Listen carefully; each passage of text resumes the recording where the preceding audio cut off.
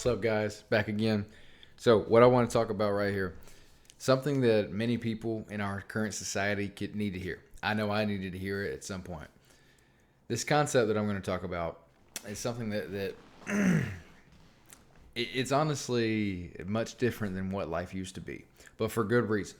Okay, so for a very long time, we've had jobs, right? We've had work that we have to do. We are assigned different jobs, we fit different roles, and we have to fulfill those roles, right? Since we're talking way back, medieval times, before then, whatever. And these jobs would be a very much big part of our life, right? They would be our life in a lot of situations. Between the opportunities that were available, there being sparse in many situations, all the way up to where it's just what you grew into, is who you were born into it, right? Everything, is differing, but it just depends. Our jobs, our work to do, our life goal, what we're meant to do, what we're doing on a day-to-day basis is our job, right? It's our work that we do. This is so much of a large part of life altogether that the reason for our last names in a lot of societies and cultures and situations was to symbolize our job, right? To symbolize what our work was. Like, that's how big of a part of work was a part of our lives. That our last name would be symbolizing of that, right? I think that's old Latin or something, right? So to think about that, and to think about, like, people used to live their entire life in one position. Like, you lived in a town, you were born in a town, you grew up in a town, and you got your job at probably 12, 10 years old, maybe younger. Right, your dad was the family smith. That's why there's so many smiths, right? Because people were blacksmiths, right? So you develop into that, you grow into that, and unless you move towns, and even if you do move towns, if you only know one set of skills and nobody else is hiring just fresh people, like, that's probably what you're going to do your entire life, right? But nowadays, this same concept, it seems to plague some people. It plagued me for some time. And what I mean by that is, well, one, times are completely different. We are able to learn at such a larger rate than ever imagined before, simply because of networking, because of different technology, because of our ability to see and learn more. There's more information. Back in the day, where you lived in one town and the next town was 100 miles west or 10 miles west, whatever, and the only way to get there was walk in or buy a horse, you probably weren't going to do that as a young kid. Even if you did, what's to say that someone's going to be willing to teach you what they know and that they do so well without a strong bond, right?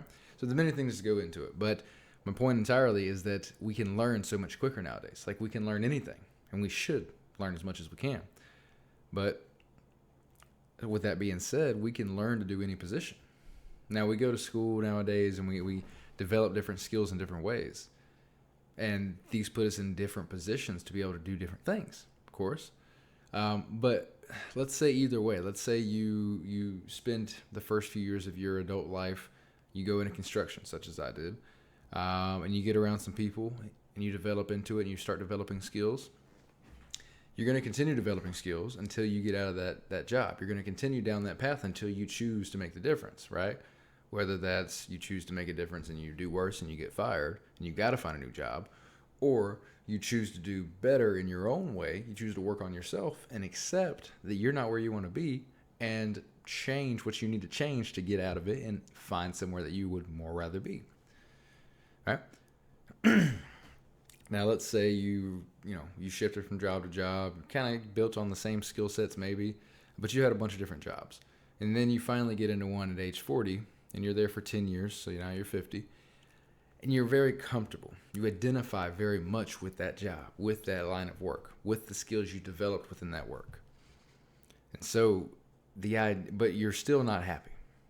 You're still not exactly fulfilled with the work that you're doing on a day-to-day basis. We all know how this feels. We know how it adds up. We know the residual effect if you allow it to build over time and time and time. But we still stay. We choose to not change anything. We choose to stay comfortable and remain where we are because it's easier. because there's less perceived pain. In those situations, we fail to think about the long-term effect of us staying there and staying unhappy or staying stressed out in the ways that we don't choose to want to be. And we forget about our higher self. We forget that we have the power to change anything. Like, we get so comfortable, and that's part of why we're there to begin with. We get so comfortable that we don't change anything. We don't make a decision for ourselves. We're thinking in scarcity. It's like, well, I don't want to go anywhere else because I'm comfortable here. I have enough work. I make decent money here. I have enough vacation time. My bosses treat me okay. I have a lot of resentment built up for them, but they treat me okay, right? We fail to think about ourselves and have true self-respect. We fail in those moments. It isn't until we choose to make a difference that we actually can get into a different situation. But we have to be willing to face that discomfort. And part of that is accepting that though we've been in a position for so long, it might not have any reflection of who we are. Yeah, we've developed through it and we've grown through the position, and everything we go through, we grow through. But if something isn't right, if you don't agree with something, you don't like certain situations, you do not have to identify with it. You do not have to stay locked into positions that keep you in pain and keep you in stress. In fact, that's the definition of insanity to a degree. Believing you're going to get a different result from doing the same thing over and over again. So you must have hope. You must be a little bit delusional and say, you know what, there is a better position for me out there. I know there is. I'm not happy here because I don't like this and I don't like that, and I know this is a bad effect on me. There's somewhere where these things do not exist. Yes, there are other problems. Yes, there are other stresses, but there is somewhere out there that the stress and the problems is more acceptable to me. It is more conducive of the life that I want to live. So you know what? I'm going to strike out. I'm going to do my thing, and I'm going to find those different situations. I'm not going to keep staying here, staying in this comfortable discomfort that's causing me to ruin my life, that's forcing me to chase whatever vice is in front of me, causing me to not be as present in my family life, not be as present in my physical life. I'm going to make the difference. I'm going to be different than I was yesterday. In a small way, in some sort of way that gets you started, right? All you got to do is get started and stay on the path. Now, one tactic that'll really get you there is burning the motherfucking boats. Burning all options of going back. You're going to die or you're going to thrive, okay?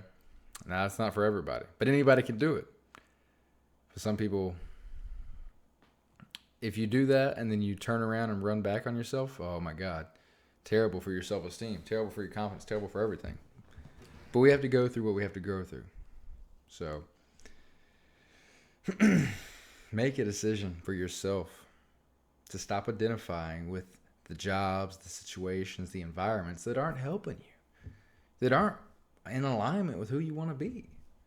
Stop neglecting the fact that you should consider who you want to be, where you want to be, where you want to go. Stop putting it on the back burner. Because if you put it on the back burner, well, it's just going to continue to sit back there and slowly bubble and not even gain any heat. When really you should put that motherfucking pan on the main burner, turn it up to 7, and survive, man. Do what you got to do. Cook that motherfucker through. Right? Silly analogy, but you get the point. You got to do your thing, man. You got to be there for yourself. You got to have self-respect. You got to build up that internal self-esteem that says, I am the motherfucker who can do anything. I am one with creation. I have God on my back, whatever you want to say, whatever you believe in. And I can make the difference, and I will make the difference. It's up to me. I got this. Guys, I hope you enjoyed this. Let me know what you got. Let me know below. Like, comment, subscribe, whatever, all the good stuff. I love you guys. I hope you have a great fucking day. Let's go, baby.